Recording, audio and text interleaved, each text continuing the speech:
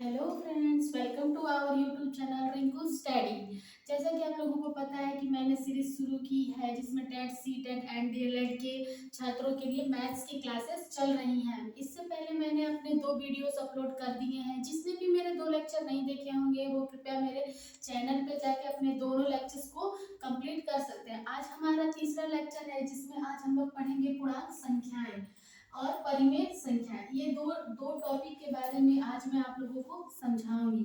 तो चलिए देखते हैं। पूर्णांक संख्याएं यानी कि क्या कहते हैं इसको इंग्लिश में, इंटीजर्स। तो पूर्णांक संख्याएं क्या होती हैं? प्राकृतिक संख्याएं, उनकी ऋणात्मक संख्याएं तथा शून्य को सम्मिलित करने पर जो संख्याएं प्राप्त होती हैं उन्हें पूर्णांक संख्याएं कहते हैं। चलिए मैं फिर से आप लोग को बताती हूँ। प्राकृतिक संख्याएं मैंने अपने पहले लेक्चर में पढ़ाया है, प्राकृतिक संख्याएं क्या होती हैं। उसके बाद ऋणात्मक संख्या, प्राकृतिक संख्याओं की ही ऋणात्मक संख्याएं जो होती है। प्राकृतिक संख्या हमारी क्या होती है? 1 2 3 4 ऐसे डॉट डॉट डॉट करके इनफिनाइट तक। एवं उसकी ऋणात्मक संख्या, ऋणात्मक संख्या क्या होती है? यानी -1 -2 -3 -4 डॉट डॉट डॉट। एंड उसके बाद देखिए शून्य को सम्मिलित करके, यानी कि हम अपने शून्य को भी क्या कर लेंगे, इसमें ऐड कर लेंगे। इससे बनी हुई जो संख्याएं हमें प्राप्त होती हैं उसे हम क्या कहते हैं? पूर्णांक संख्याएं कहते हैं। देखिए इसे हम आई से प्रदर्शित करते हैं। इसे हम किससे प्रदर्शित करते हैं? आई से प्रदर्शित करते हैं। तो देखिए फ्रेंड्स, आप लोगों को ये उदाहरण है हमारा i इक्वल टू -1 -2 -3, यानी कि जीरो जो हमारा होता है वो हमेशा मेरे बीच में रहता है। इसके राइट साइड में, जिसके राइट साइड में हम लोग क्या करेंगे कि यहाँ पे हम लोग क्या लिखेंगे? प्राकृतिक संख्याएं लिखेंगे। एंड इसके लेफ्ट साइड में, ऐसे इसके लेफ्ट साइड में हम लोग क्या लिखेंगे? ऋणात्मक संख्याएं लिखेंगे। इससे ही हम ऐसे ही हम लोग इसको क्या करते हैं? प्रदर्शित करते हैं।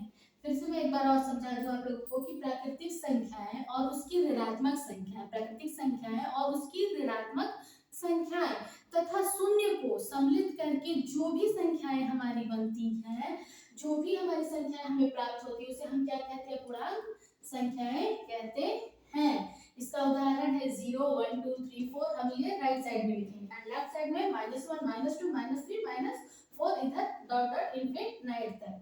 तो आई होप कि आप लोग को पूर्णांक संख्याएं समझ में आ गई होंगी। नेक्स्ट हम लोग देखते हैं परिमेय संख्याएं। नेक्स्ट है हमारा परिमेय संख्या यानी रेशनल नंबर। वे सभी संख्याएं जिन्हें p बाई q के रूप में, p बाई q के रूप में व्यक्त किया जा सकता है उन्हें हम परिमेय संख्याएं कहते हैं। जहां पे p और q क्या होते हैं? पूर्णांक होते हैं। जैसा कि मैं आप लोग को बताऊं कि वे संख्याएं जिन्हें p बाई, कोई भी संख्याएं आप ले लीजिए जिन्हें हम p बाई q के रूप में लिख सकते हैं, जैसे कि 1/2 3/2 4/2 3/1 6/2 8/2, ऐसे करके ये सारी संख्याएं हमारी क्या होंगी? परिमेय संख्याएं होंगी। बट एक चीज का इसमें ध्यान रखना है, जहां q नॉट इक्वल टू 0 हम कभी भी q को क्या नहीं कर सकते? 0। जैसे p बाई q है तो हम यहाँ पे 0 कभी नहीं कर सकते। 1/2 की जगह 1/0 कभी नहीं हो सकता है। ये जो है परिमेय संख्याओं के अंदर नहीं आता है। p बाई q के रूप में जब भी हम q नॉट इक्वल टू 0 का क्या मतलब होता है? q नॉट इक्वल टू 0 का मतलब होता है कि हमारी जो परिमेय संख्याएं हैं जिन्हें हम p बाई q के रूप में निरूपित कर रहे हैं, लिख रहे हैं, उन्हें हम वहां पे p की जगह पे हम कोई भी संख्या लिख सकते हैं। आफ्टर ऑल हम 0 भी लिख सकते हैं, बट q के जगह पे कभी भी हम 0 नहीं लिख सकते। ये हमारा क्या हो जाएगा? गलत हो जाएगा। तो परिमेय संख्याएं का मतलब ये होता है कि जिसे हम p बाई q के रूप में निरूपित तो करेंगे, बट q जो होगा हमारा वो कभी भी 0 नहीं होगा। वही हमारी क्या होंगी? परिमेय संख्याएं होंगी। तो आई होप कि आप लोगों को ये दोनों ही चीजें अच्छे से समझ में आ गई होंगी। तो इसे मैं मिटा देती हूँ जिससे कि आप लोगों को नोट्स बनाने में काफी आसानी रहेगी।